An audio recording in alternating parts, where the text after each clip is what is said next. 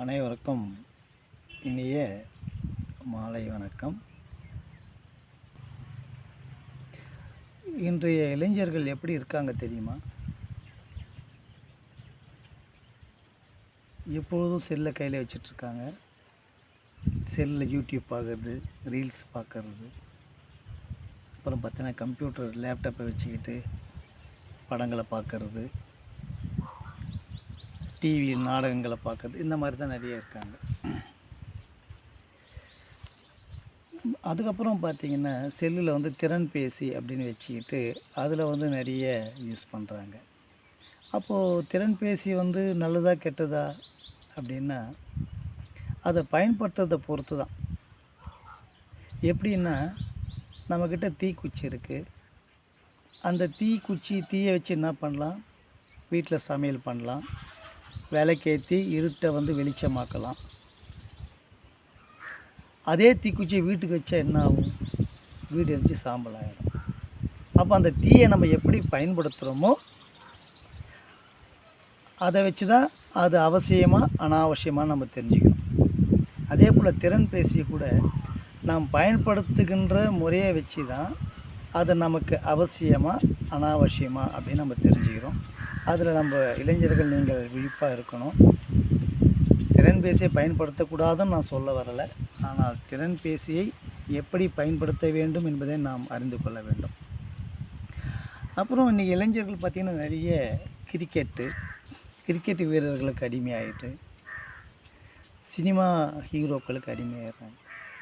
நல்லா ஞாபகம் வச்சுக்கோங்க இளைஞர்களே, நீங்கள் கொடுக்குற டிக்கெட்டு பணம் தான் அவன் கோட்டீஸ்வரம் ஆகிறான். அவன் கோட்டீஸ்வரம் ஆகிறான்னா நீங்கள் கொடுக்குற டிக்கெட் பணம் தான். நீங்கள் செலவு செய்கின்ற நேரம்தான் அந்த ஹீரோவுக்கு நல்ல நேரம். நீங்கள் அந்த 3 மணி நேரம் அந்த சினிமாவில் கவனம் செலுத்துறீங்க பார்த்தியா, அந்த கவனத்தை தான் அந்த ஹீரோ கரன்சியாக மாற்றி கோடிக்கணக்கில் சேர்த்து வைக்கிறான். அப்போது நீங்கள் என்ன பண்ணுறீங்க? ஒருத்தரை ஹீரோ ஆக்குறீங்க, ஆனால் அவர் என்ன பண்ணுறாரு? உங்களை ஜீரோ ஆக்குறார். அப்போ எப்படி சினிமா பார்க்கணும்? கால் மேலே காலை போட்டுட்டு நீ நடிப்பா, நான் பார்க்குறேன், உன் நடிப்பை பார்க்குறேன் அப்படின்னு சொல்லிட்டு அந்த மாதிரி ஒரு நேல் படம் போல் அதை நம்ம பார்க்கணும்.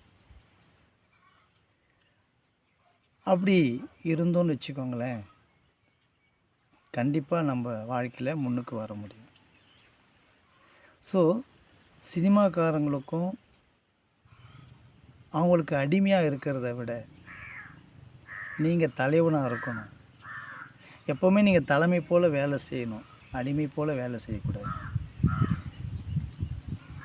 நீங்கள் வந்து ரசிகர் மன்றத்தோடு சேர்ந்து நீங்களும் ஒரு உறுப்பினராக சேர்ந்து